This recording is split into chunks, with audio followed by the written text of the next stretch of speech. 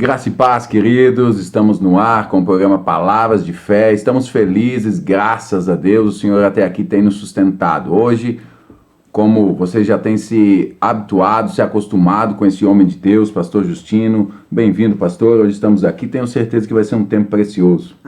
Bem-vindo, digo eu também, pastor, é um prazer estar aqui. E eu, agradeço muito a Deus pela oportunidade da gente estar junto aqui compartilhando. E eu louvo a Deus pelo privilégio também de ter você aqui sempre entrevistando, porque aí você me ajuda a responder as perguntas que eu não sei. Aí sim, né, pastor? Mas, pastor, vamos lá. O nosso tempo é curto, vamos direto ao ponto. Vamos falar um pouquinho sobre escatologia. Qual um entendimento? O que é escatologia? Escatologia é a doutrina das últimas coisas, né? Jesus falou acerca da volta dele. Isso está dentro da escatologia. Quando a gente pensa em escatologia, a gente pensa na ordem dos eventos escatológicos, né, que sucedem, e a gente pensa também nos sinais que antecedem o retorno da pessoa de Jesus. Então isso é escatologia. Mas como a volta de Jesus? Mas Jesus já não voltou? Então, não voltou. Jesus ele foi prometido no Antigo Testamento. Certo. A primeira promessa acerca do Salvador, de Cristo, é quando o homem pecou, lá em Gênesis 3:15, que em seguida Deus disse que ia mandar alguém descendente da mulher para esmagar a cabeça da serpente. Gálatas 4, versículo 4, vai dizer que vindo a plenitude dos tempos, né, nasceu Jesus, ele nasceu sob a lei e ele veio para cumprir essa promessa de salvação e para cumprir aquela profecia. Ali é a primeira vinda de Cristo. Deus foi fiel em que essa vinda fosse realmente cumprida. E todas as profecias acerca dessa primeira vinda se cumpriu ao pé da letra. Por exemplo, nós estamos no Natal. Certo. Já era profetizado que o Salvador viria nascer na manjedoura, nascer em Belém. Interessante que já era profetizado até a ida dele para o Egito. E sabe o que é interessante, pastor? Que a gente está falando dessa questão do Natal e a gente fica pensando, Deus vai sempre usar os servos dele para fazer a obra dele. No caso aqui, Deus usou um rei completamente ímpio, que foi o rei Herodes, e depois usou também o César Augusto, que era um homem poderoso, para que Maria e José fosse até o Belém, né, fosse naquela viagem para que o Salvador nascesse exatamente onde Deus disse que ele ia nascer. Depois também já estava profetizado que depois do seu nascimento ele ia ter que fugir para o Egito. E Deus mais uma vez usa homens ímpios para conduzir o filho dele ao cumprimento dessa profecia. Homens que nem conheciam essa profecia. Certo. Só interessante a soberania de Deus em usar quem ele quer. Sim. E desde o princípio de todas as coisas, ele sempre faz isso, né? Usou os babilônicos para punir o povo. Exato. E assim por diante. Assim por diante. Então quer dizer que essa primeira vinda que Jesus foi, nasceu, morreu, crucificado, ressuscitou, foi a primeira. E ele fez uma promessa que voltaria. E a escatologia fala sobre essa promessa. Fala, por exemplo, quando Jesus ressuscita e depois da ressurreição, o assunto principal de Jesus é acerca da sua volta, do seu retorno.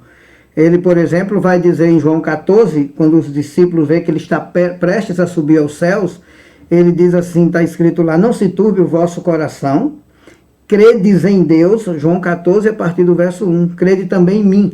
Na casa do meu pai há muitas moradas, se assim não fosse, eu vos teria dito, pois vou preparar-vos lugar. E quando eu for e vos preparar lugar, voltarei e vos receberei para mim mesmo, para que onde eu estou, estejais vós também. E vós sabeis o caminho para onde vou. Disse-lhe Tomé, Senhor, não sabemos para onde vais, como saber o caminho? Respondeu-lhe Jesus, Tomé, eu sou o caminho, a verdade e a vida. Ninguém vem ao Pai senão por mim. Se vós me tivesses conhecido, conhecerias o meu Pai. Desde agora o conheceis e o tendes visto. Perguntou-lhe Filipe, Senhor, mostra-nos o Pai, e isso nos basta. Filipe, há tanto tempo estou convosco que não me tens conhecido. Quem vê a mim, vê o Pai. Como dizes tu, mostra-nos o Pai? Não crês que eu estou do Pai, que o Pai está em mim? As palavras que eu vos digo, não as digo por mim mesmo, mas o Pai que permanece em mim faz as suas obras. Lá na frente ele diz, eu e o Pai somos um. Mas ele estava falando dessa volta dele, e é interessante que ele diz, eu vou preparar lugar, mas eu voltarei para buscar vocês. E quando a gente olha nas Escrituras, a gente vai ver Jesus falando muito dessa vinda. Por exemplo, ele diz, ficai vós apercebidos, porque a hora em que não cuidais, o Filho do Homem virá. Ele diz também, assim como foi nos dias de Noé, assim será a vinda do Filho do Homem. Comiam, bebiam, estamos nessa época, né? Sim. Casavam-se, davam-se em casamento, até o dia em que Noé entrou na arca, veio o dilúvio e levou a todos. Dias de Noé era dias de muito pecado, era dia onde a pregação da palavra de Deus estava sendo proclamada pelo próprio Noé durante 120 anos, era dia de rejeição daquela palavra, ninguém acreditava que iria haver um dilúvio, né? Parecia ser algo inacreditável.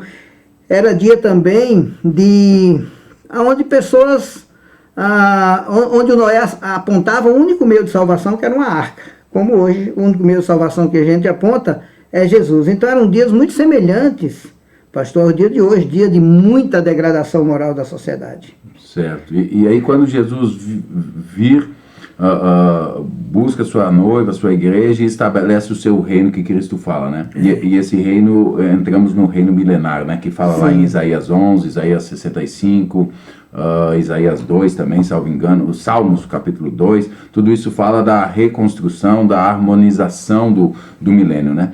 Mas existem algumas tendências, né, pastor? O pré-milenismo, pós-milenismo, arminianismo, amilenismo, pós-amilenismo e pré-milenismo histórico, né? Como é que funciona essas vertentes? Qual a sua posição e como é que funciona, se o senhor puder dar algum um feedback de cada uma delas? Só um resumo das principais, assim, pastor.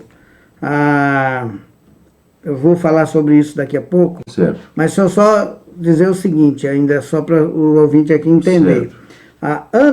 Quando Jesus veio ao mundo e ele partiu, ele deixou sinais da sua vinda. Uhum.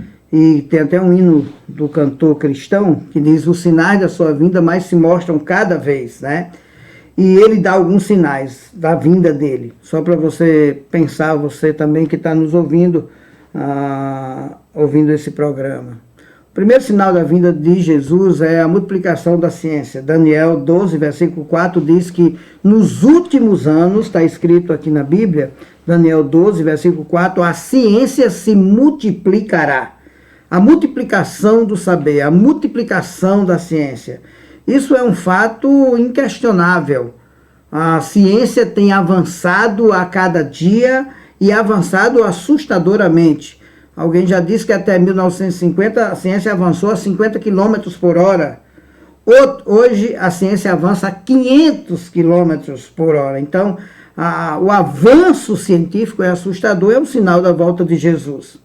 Mas não só a multiplicação da ciência, outro sinal da volta de Jesus é a degradação moral da sociedade.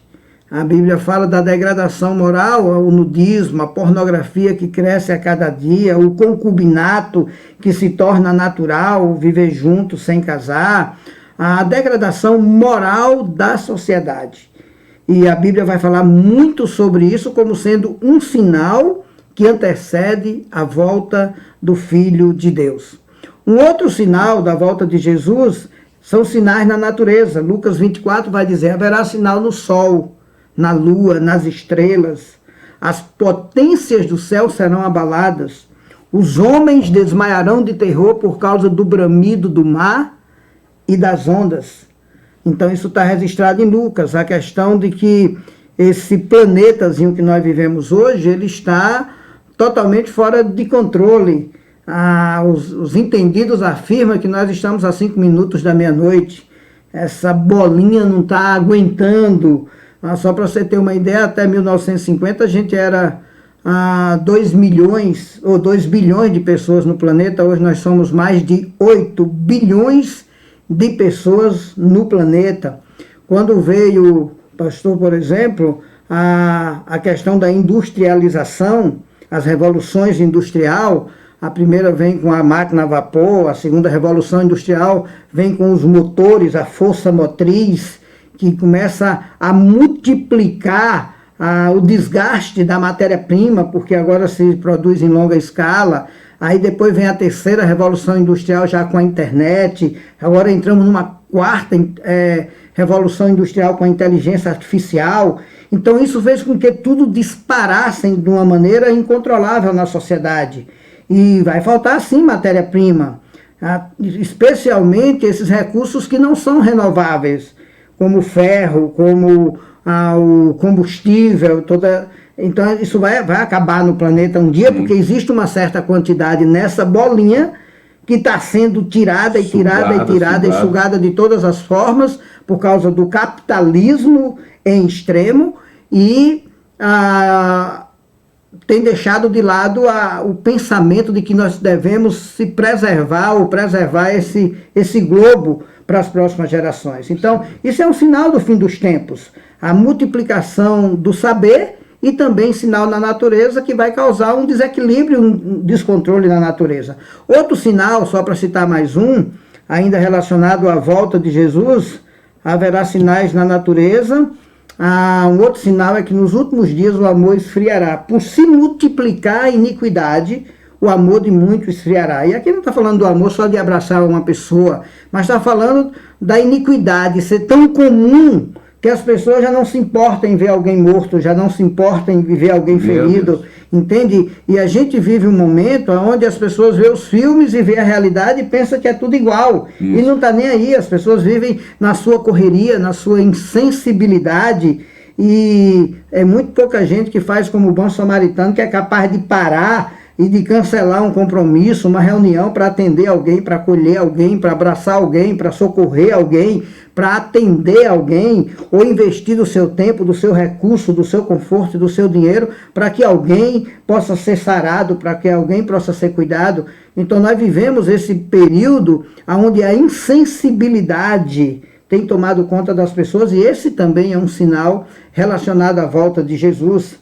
Então, sinais na natureza, o amor esfriará, e a Bíblia diz que um dos sinais é que Jesus disse que quando o evangelho fosse pregado em todo mundo, então verá o fim.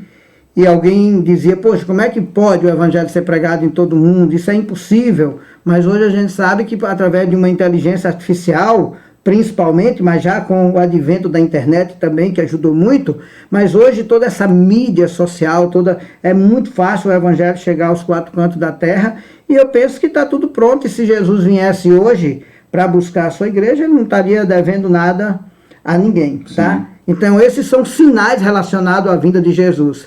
Que Jesus vai voltar, você não tenha dúvida. Não tem hora marcada para isso, a Bíblia diz que nem os anjos do céu sabem, nem o Filho sabe, só Deus sabe o dia e a hora que virá o Filho do Homem. Inclusive, as últimas palavras de Jesus, quando ele vai subindo para o céu, são palavras relacionadas à sua vinda, que ele disse, esse Jesus que vocês estão vendo subir, ele vai voltar da mesma forma que vocês estão vendo subir. Então, Jesus promete, sim, que um dia vai voltar, e vai voltar para buscar a sua igreja, para buscar o seu povo. Certo. Isso é um fato. E aí vem a batalha com o anticristo também, que o anticristo vai vir em grande tribulação e tal. Só que o nosso tempo é curto, pastor. Vamos ter que pular essas etapas um pouquinho. Tá, deixa eu só correr então aqui, falando da ordem dos eventos.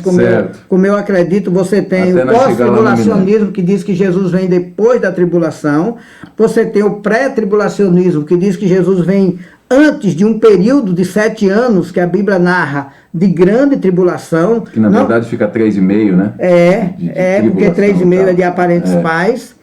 Então, tem que correr. É muita coisa. Mas só para você que está ouvindo entender, a Bíblia fala desse período. Essa tribulação não é uma tribulação pontual, localizada. É uma tribulação que advém, diz lá em Mateus capítulo 24, sobre o mundo inteiro. Ela vai acontecer no mundo todo ao mesmo tempo. Nós não estamos definitivamente vivendo esse período na história da humanidade. Iremos viver esse período que a Bíblia narra em dias, diz até quantos dias são, lá em Daniel vai dizer detalhadamente, e vai falar que é um período de 7 anos de grande tribulação.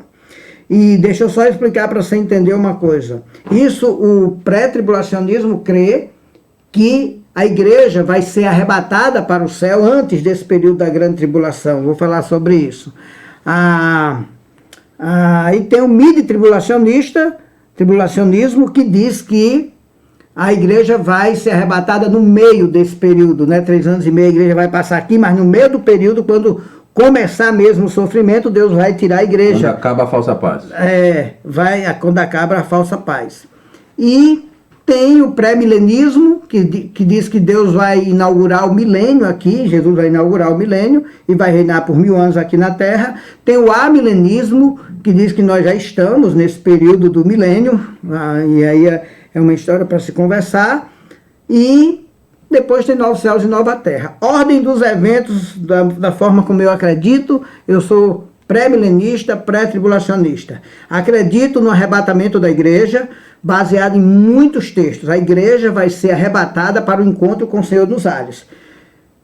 Ela vai acontecer antes do período da grande tribulação. Pensa comigo, pastor. Se a igreja só vier depois do período da grande tribulação, e a tribulação durar 7 anos, como Daniel diz, então ele não vem hoje. Então nem tenho preocupação com isso, por quê? Porque nem começou a tribulação, vai durar 7 anos e ele só vem depois, então não estou nem aí, entende? Não faria sentido Jesus dizer assim, ficai vós apercebidos, porque a hora em que não cuidais, o Filho do Homem virá. O Filho do Homem vem como relâmpago, rapidamente, que se mostra no Oriente, se dá no Oriente, se mostra no Ocidente, rapidamente. Ele vem num piscar de olhos. Não é bem assim. É só eu olhar quando começa a tribulação, e eu vou saber quando começa. Daniel 9, 27 fala que o anticristo vai fazer um pacto com Israel, um pacto que vai durar, um pacto por 7 anos, mas ele vai quebrar o pacto no meio, que é 3 anos e meio. E só para dar uma acrescentado, não sei se o senhor viu aí, mas eu estava olhando nas mídias sociais aí, já estão com esse acordo sendo amadurecido com o Ocidente, com a Palestina e tal. O Trump está desenvolvendo essa questão. Dá uma pesquisadinha, você que gosta desse assunto aí. Esse pacto que o pastor está falando aqui já está sendo desenvolvido já. Já está de maneira muito clara, para quem conhece as profecias. Isso. Aliás, a maioria das que eu estou falando aqui, porque eu estou falando das profecias, que é a base. Todas elas estão em andamento, e quem conhece a Bíblia vê essas profecias se cumprindo, claramente.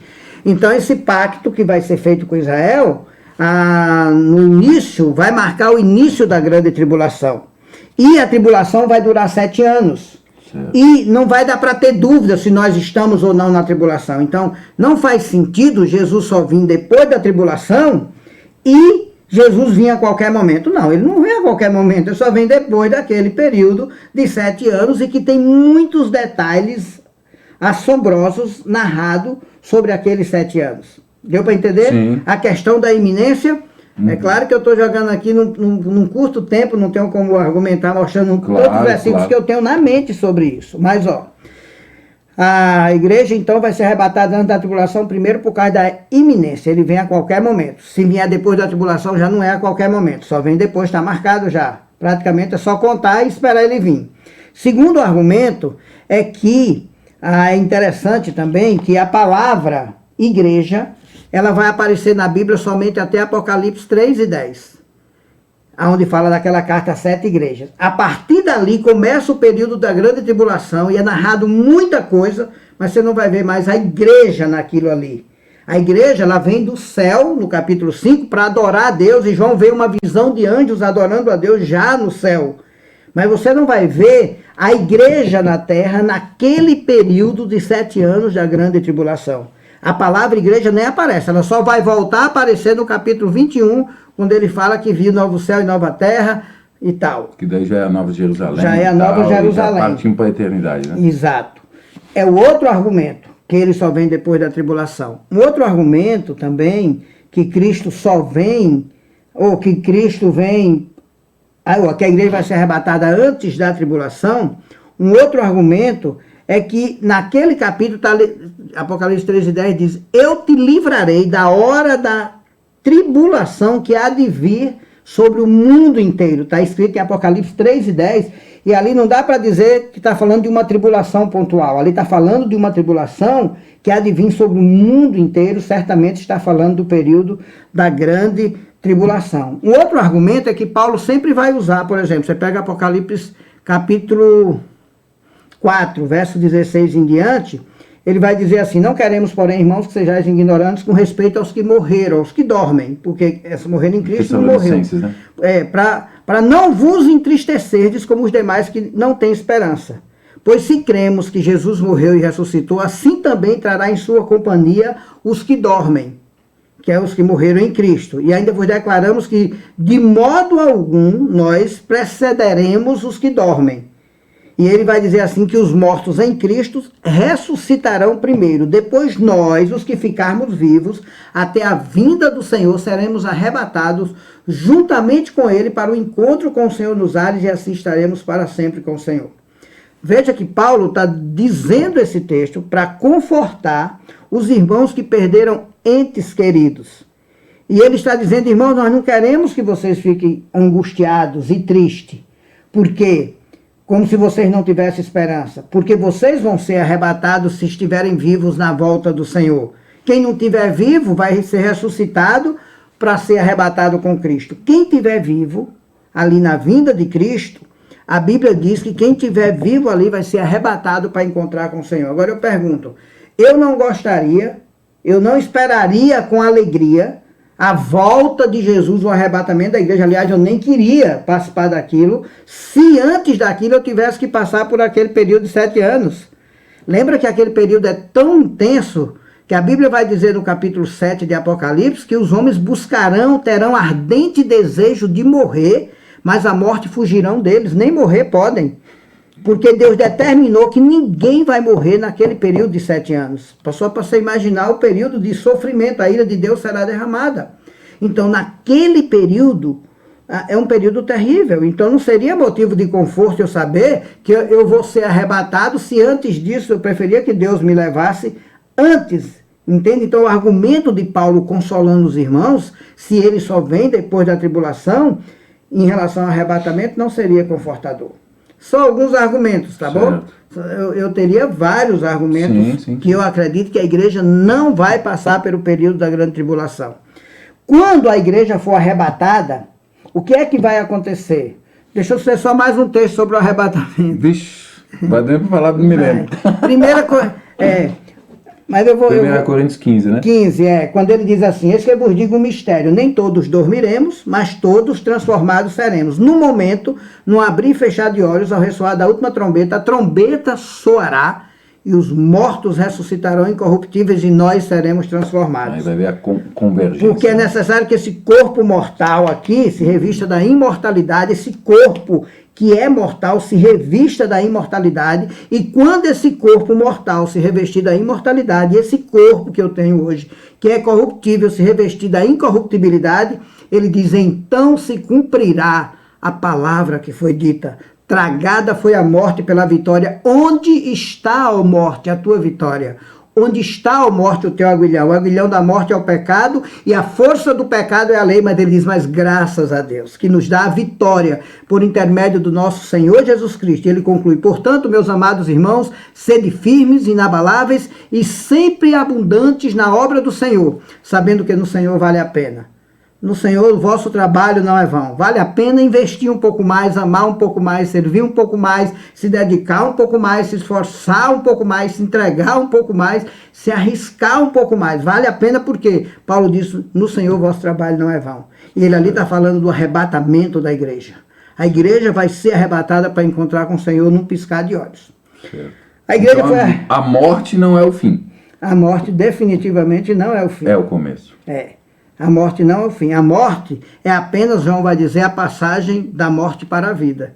Quem ouve a minha palavra e crê naquele que me enviou tem a vida eterna. Não entra em condenação, mas passou da morte para a vida. Sim. Apenas cruzou essa linha para uma vida eterna que jamais acabará para quem está em Cristo.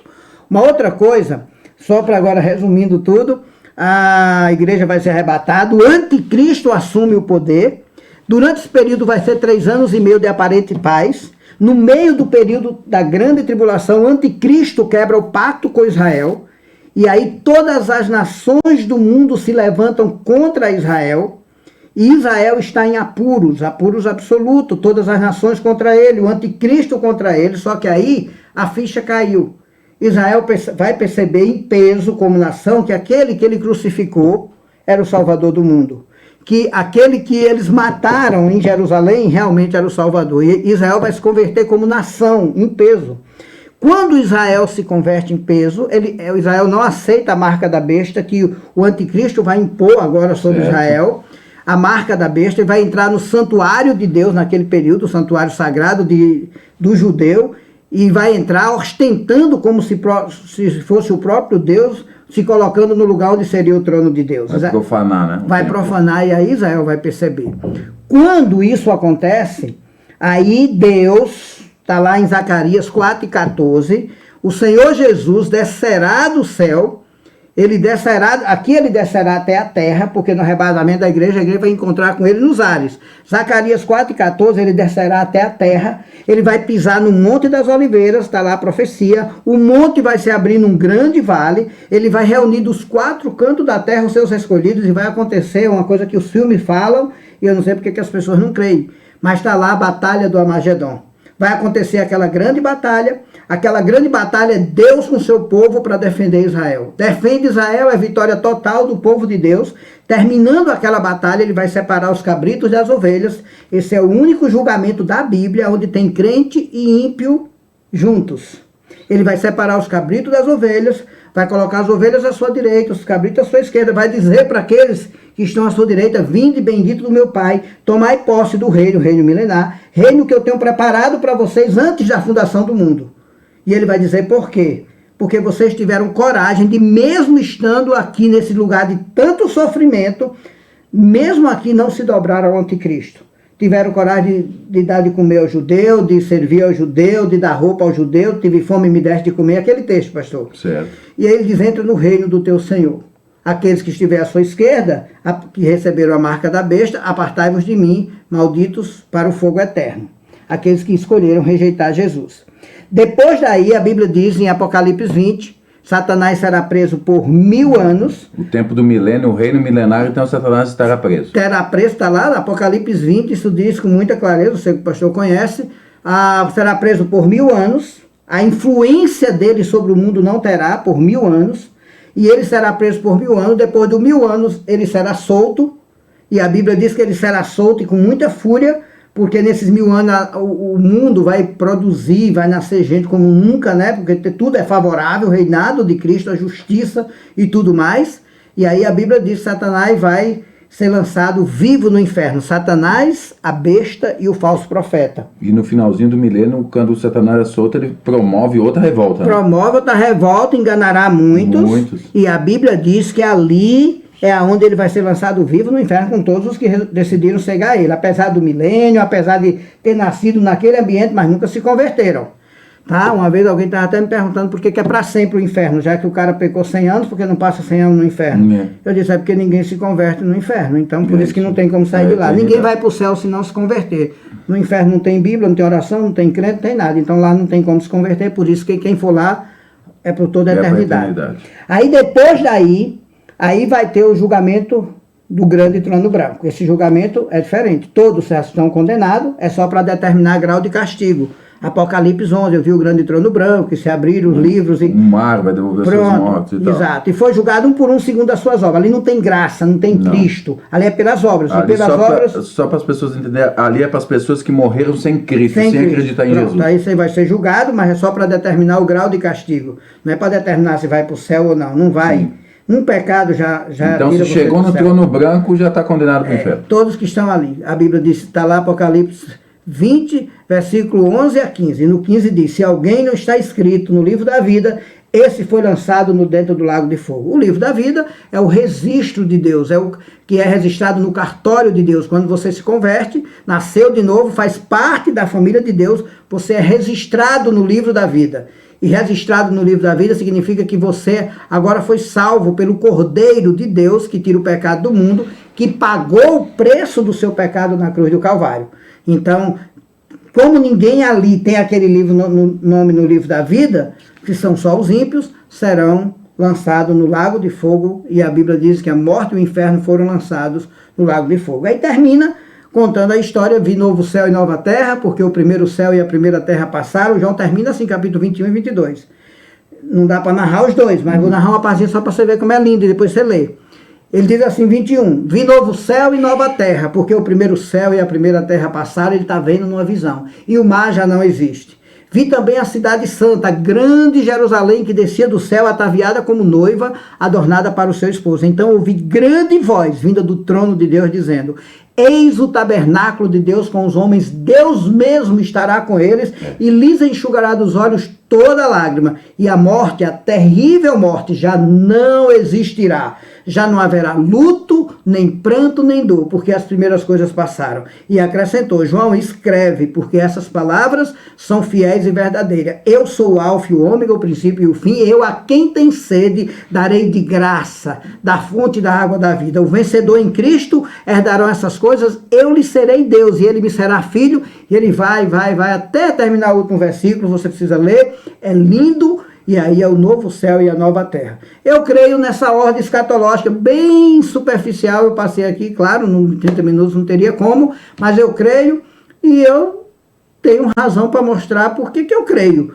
que a Bíblia apresenta essa ordem de eventos escatológicos. A igreja vai ser arrebatada, acontece a tribulação, vai acontecer o julgamento dos gentios, vai acontecer o milênio de Cristo por 1000 anos, depois dos 1000 anos Satanás será solto, enganará muitos, depois será lançado vivo no inferno com a besta e os falsos profetas, vai ter o julgamento do grande trono branco, e depois vai ter novos céus e nova terra. Ainda pulei o julgamento dos crentes, que é chamado de tribunal de Cristo. Julgamento de crente, se é crente mesmo em Jesus, entregou a vida a ele, claro, foi perdoado. Aquele julgamento não é para condenação, porque todos ali já estão salvos, é o julgamento para receber ou não um galardão. Cada um receberá segundo as suas obras.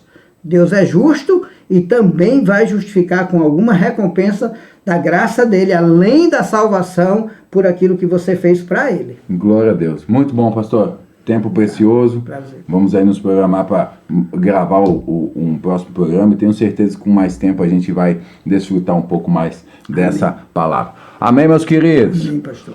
Uma coisa que eu quero deixar no teu espírito, que existem outras visões pós-tribulação, que vai crer que vai passar pela grande tribulação e tal, e vai ter base bíblica. Essas discussões teológicas sempre existiu, como arminiano e calvinismo. Então isso sempre existiu e sempre existirá até a volta de Cristo. Isso é a visão do pastor, tem a visão dos outros irmãos, mas o que eu quero deixar para você nesse tempo é que a morte não é o fim. A morte é o começo. Essa morte em Cristo Jesus, você terá a oportunidade de acessar o reino eterno com Cristo. Imagine só, viver junto com o Pai, na presença dele palpável. Então, se converta ao Senhor, entregue sua vida a Cristo e busque ele enquanto se pode achar. Porque a segunda morte que o pastor estava falando aí, que os mortos sem Cristo ressuscitarão para a condenação eterna, e essa é a segunda morte. Essa é uma ausência total de Deus e somente a presença do sofrimento em suas vidas. Então, se você pensa que está difícil, imagine no inferno como será. Mas não se converta a Cristo por medo. Se converta a Cristo porque você deve se apaixonar na revelação da Santa Palavra de Deus. Amém, meus queridos. Até o próximo programa, pastorzão. Tamo junto. Pastor. Deus abençoe a todos. Conclusão aí. Amém. Bênção de Deus.